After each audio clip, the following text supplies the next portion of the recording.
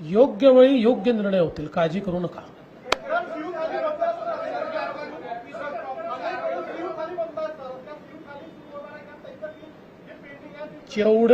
जेवढ्या ठिकाणी शिवथाळी चालली आहे ती सगळी चालू राहील.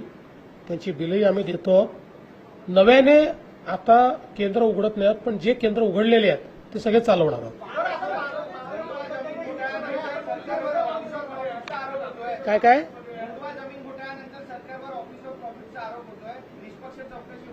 चौकशी चाललेली आहे.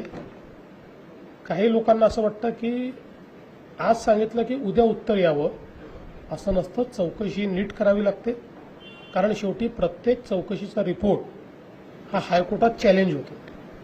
आणि चौकशी शॉर्टकटमध्ये केली, कोणाला संधी न देता केली तर प्रिन्सिपल ऑफ नॅचरल जस्टिसवर अशा पद्धतीनं हायकोर्ट ती चौकशी समितीचा रिपोर्ट खारिज करते. आणि म्हणून योग्य ती संधी देऊन पूर्णपणे निष्पक्ष याची चौकशी होणार आहे. आत्तापर्यंत आपण बघा, अतिशय वेळेत या संदर्भात FIR दाखल झालेला आहे. FIR वर कारवाई चाललेली आहे, अटकही झालेली आहे. त्यामुळे इथे काही लपवालपवी करण्याचं कारण नाही.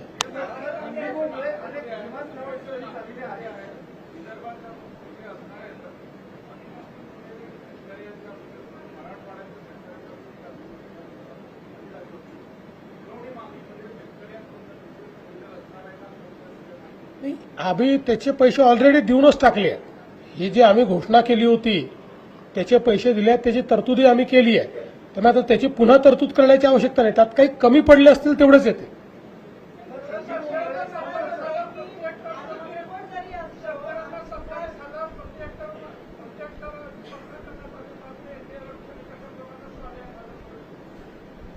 जर आम्ही जे सांगितलं ते नीट आपण ऐकलं आणि काय घडलंय बघितलं तर आपल्या लक्षात येईल.